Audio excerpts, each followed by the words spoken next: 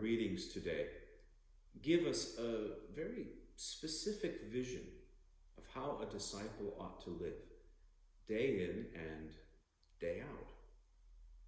It's what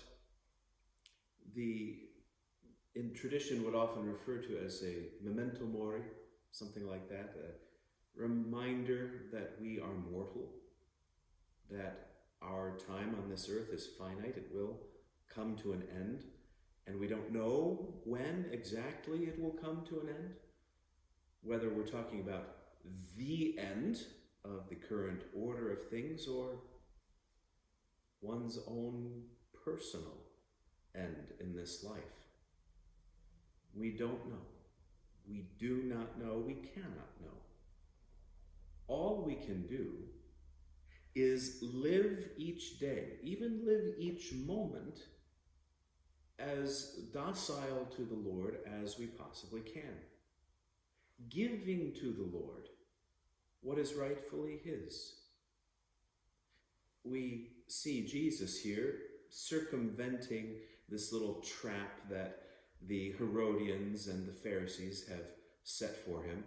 Remember, these are two groups that did not like each other at all, but they could at least agree that they didn't like Jesus. And so they bring to him one of the great controversial questions of their day. And he points out to them very frankly, very bluntly, look, it's not about the money. This coin, it's stamped with the image of Caesar.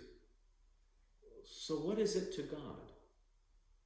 And the astute reader of the scriptures will maybe then call to mind, what is stamped with the image of God? A human being. So the money does not matter as far as God is concerned. You are what matters. God does not care so much about how you are using your money, so long as He has you. Now, of course, if He has you, then really everything you have, in a sense, also is God's, or is really given to you to be a steward of. And there's a responsibility to use that responsibly. And so we hear Peter urging those to whom he is writing, listen, be prepared. Don't let any old thing just come along and, in this translation, disturb your stability. What does that mean? Where should we be stable? How are we stable? Well, if we are truly grounded in what Jesus has told us, that we are the Lord's, period.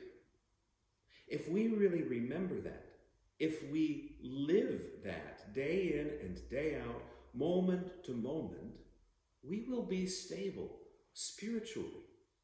Because with that in mind, we will have faith, we will have hope, we will have love. And if we have these three things, which are God's gifts, then everything else will take care of itself.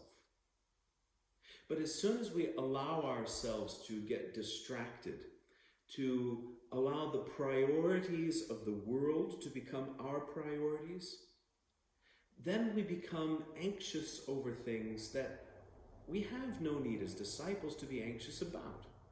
Then we begin to worry about money, or we worry about our jobs, or we worry about our families, or we worry about what will happen tomorrow. All kinds of things which very often, if not almost always, are entirely beyond our control anyway. Let us then be stable, keeping in mind that we are always the Lord's, and the day will come when He will come to collect us. So whenever that day might be, let us be ready.